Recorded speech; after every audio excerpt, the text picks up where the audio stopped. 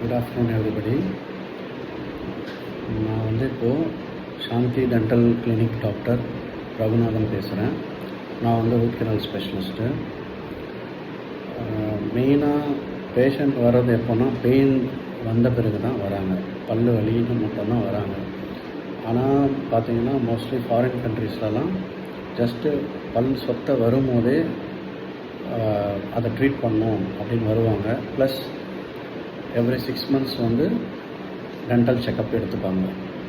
But ஆனால் நம்ம இங்கே என்ன பண்ணுறோம், எல்லாம் முடிஞ்சு அந்த 3rd ஸ்டேஜ் பல் வலி அப்படின்னும் போது தான் வராங்க.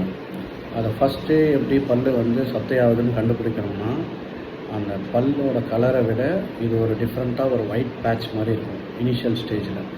அப்புறமா தான் அந்த சொத்தை கலர் கொஞ்சம் கொஞ்சமாக ஒரு மாதிரி லைட் ப்ரௌனாக மாறும், அப்புறம் பிளாக்காக மாறும், அப்புறம் டெப்த் அதிகமாக போய் பல்லில் 3 லேயர் இருக்கும். Enamel outer most layer, dentine middle layer, 3rd inner most layer தான் அந்த பல்ப்பு. ஸோ அந்த டென்டினை தாண்டி பல்ப் கிட்ட போகும்போது தான் பல்லில் வலி ஜாஸ்தி வரும் பேஷண்ட்டுக்கு. அந்த சிம்டம்ஸ் வரும்போது மட்டும் தான் பேஷண்ட்ஸ் நம்மளை தேடி வராங்க. அதுக்கு முன்னாடியே ப்ரிவென்டிவ் மெஷர்ஸாக, அதாவது தற்காப்பு முறையாக முன்கூட்டியே பல் அடைத்தல், சிமெண்ட் வச்சு அடைச்சிக்கலாம். அதாவது ஜிஏசின்னு ஒரு சிமெண்ட் இருக்குது, கிளாஸ் ஐனோமர்னு ஒரு சிமெண்ட்டு. அதில் ஃப்ளூரைட் கண்டென்ட் இருக்கிறதுனால சொத்தையை தடுக்கிற தன்மை அதுக்கு இருக்குது. ஸோ அந்த சிமெண்ட் அடைக்கலாம்.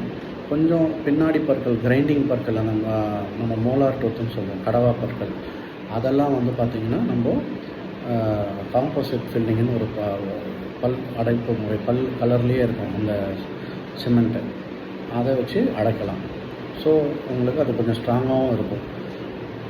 அதை ஆனால் கரெக்டாக செய்முறையோடு கரெக்டாக செஞ்சு அடைச்சா தான் நிற்கும், இல்லைன்னா ஈஸியாக வந்துடும் அந்த இது காம்போசிட் அடைக்கிற சிமெண்ட்டு. இல்லை இதெல்லாம் தாண்டி தான் உங்களுக்கு பல் வலி வரும். இதெல்லாம் தாண்டி போச்சுன்னா இதெல்லாமே ப்ரிவெண்ட் பண்ணோன்னா நீங்கள் மெயினாக இந்த ஏரேட்டட் ட்ரிங்க்ஸ், அதாவது இந்த கேஸ் உள்ள ட்ரிங்க்ஸ், அதாவது கோக், பெப்சி அந்த மாதிரி ஏதாவது அந்த மாதிரி ட்ரிங்க்ஸ் குடிக்கக்கூடாது. அதுக்கப்புறம் பார்த்திங்கன்னா நிறைய ஜங்க் ஃபுட்ஸ் நிறைய எடுத்துக்கூடாது. அதுக்கப்புறம் பார்த்திங்கன்னா இந்த மைதா கலந்த ஒரு மாதிரி பிசுபிசுப்பான பொருட்கள், எந்த ஒரு ஒற்றத்தன்மை உள்ள பொருட்கள் உள்ள சாப்பாடுமே உங்களுக்கு பல் சொத்தையை உருவாக்குற கெப்பாசிட்டி உண்டு. குளுக்கோஸ் கண்டென்ட் எதிலெல்லாம் அதிகமாக இருக்கோ அதுவுமே பல் சொத்தையை உருவாக்குற கெப்பாசிட்டி உண்டு. ஆனால் நம்ம என்ன பண்ணுவோம், அதெல்லாம் யோசிக்காமல் வெறும் சர்க்கரை சாப்பிட்டா தான் வரும், சாக்லேட் சாப்பிட்டா தான் பல் சொத்தையாகும்னு நினைக்கிறோம். அது மிகவும் தவறான கருத்து. அது ஒரு விதம். இன்னொரு விதம்